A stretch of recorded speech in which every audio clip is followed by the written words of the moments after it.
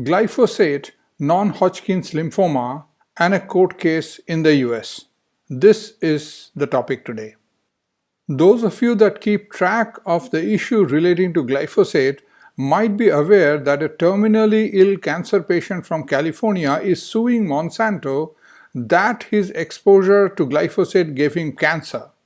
This is the first of its kind court case from what I gather from the news. The man, Mr. Dewayne Johnson, was a school groundkeeper who used glyphosate or Roundup up to 20 times a year for many years, working as a pest manager for a country school system.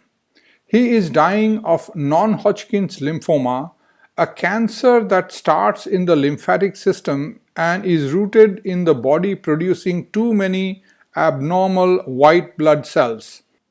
His attorney claims to represent more than 2,000 non-Hodgkin's lymphoma sufferers who used Roundup extensively.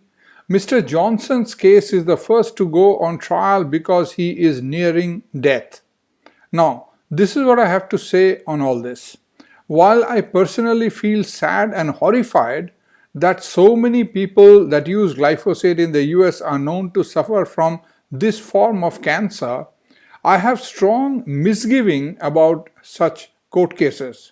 First, my understanding is that in a court, a person or an organization is to be presumed innocent unless proven guilty. And in this case and all other cases, there is no absolute scientific proof, as far as I can guess, that the unfortunate people got their cancer definitively from glyphosate and not for some other reason. And in absence of such definitive proof, glyphosate and along with it Monsanto is going to be scot-free in my suspicion or in my understanding. I know about the IARC report from the World Health Organization listing glyphosate as a probable carcinogen. I am also aware of other reports that state the opposite, i.e. glyphosate is unlikely to be carcinogenic. All these to me, as well as to the courts, are opinions and do not prove either way if the litigant did or did not get cancer from glyphosate. The proof, in my view, can only be established in a proper carcinogenic test by a group of research scholars using proper lab facilities and using lab animals exposed to measured doses of glyphosate and their health parameters compared with identical animals that are not exposed to glyphosate. I know that Monsanto conducted many such tests. I know Monsanto submitted these test results to regulatory authorities of all governments that have approved the use of glyphosate as a herbicide.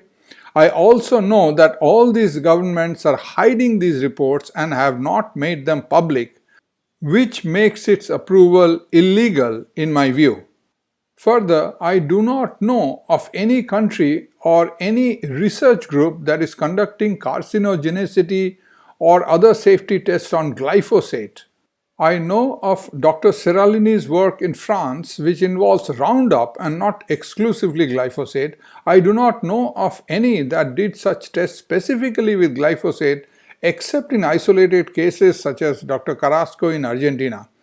The best way to solve this issue as far as scientific proof and law is concerned is first of all to force all government regulatory authorities, starting with the EPA of the US and Health Ministry of Canada, to make public all safety tests on glyphosate and then to ask independent experts to review and scrutinize these reports. Further, all nations should initiate independent tests on the safety of glyphosate, irrespective of whatever Monsanto reports are suspected to be hiding.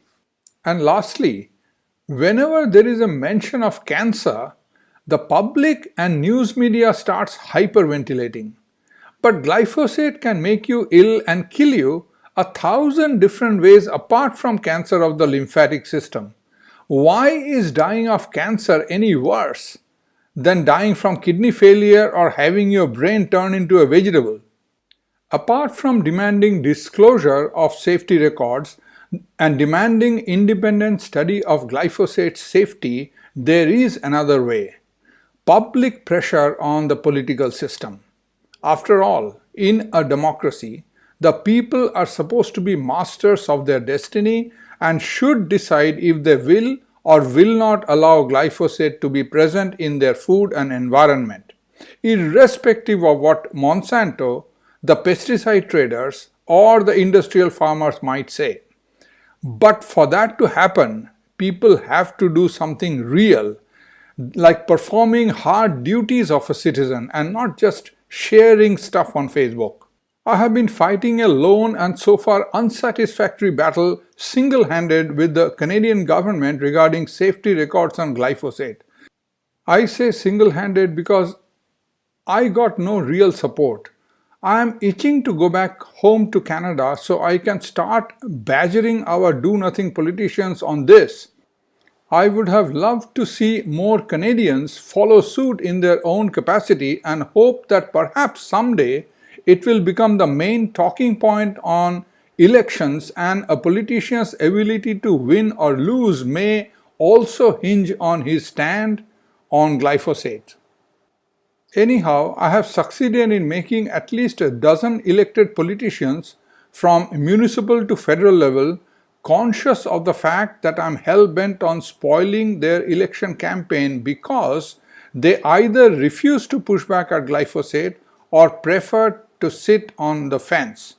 Also, I have forced at least one federal election MP candidate to withdraw from the race on account of me raising enough stink about the history of his working in a firm that regularly sprayed glyphosate over British Columbian forests.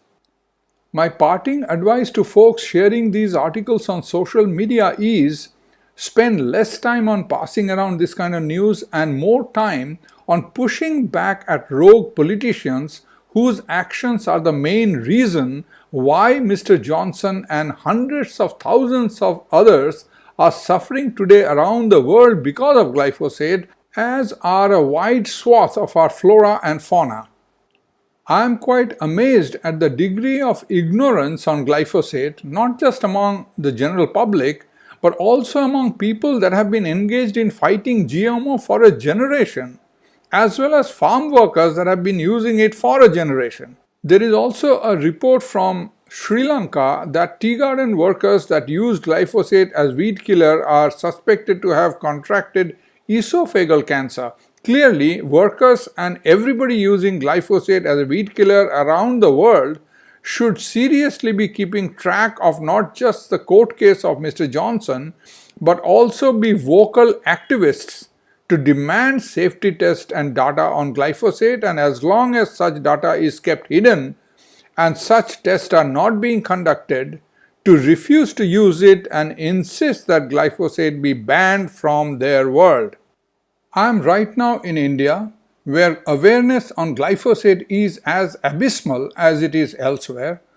Glyphosate has penetrated deep into this country with or without Monsanto, both legally and illegally. Farm workers are taught to use the term dawa or aushad, meaning medicine, instead of poison when they refer to glyphosate. It should be illegal to use the term medicine for weed killer poisons like glyphosate. My name is Tony Mitra. This is what I feel, and I am going to include these issues when and if I talk to people here in India on this topic. Thank you.